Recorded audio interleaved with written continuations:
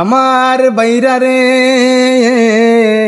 ওহো আমার বন্ধুগণ, ও আমার বাবাজিরা, সামনে শীত আইসা গেল, তারপরও আমার মতো সিঙ্গেলের কপালে বউ জুটলো না।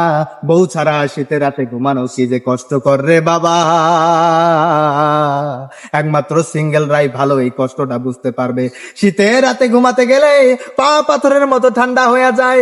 এক পা আরেক পায়ের সাথে যখন স্যাত করে লেগে ওঠে, তখন মনে হচ্ছে স্বপ্নে কে জানি বরফ ছুটাই দিছে আমার মাথার মধ্যে, এরকম ঠান্ডা লাগে।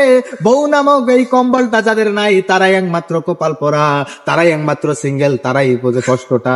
তো বাবা মাকে বোঝানোর জন্য বারবারে বলি, ও মা তোমরা বিয়ে করেছো কবে?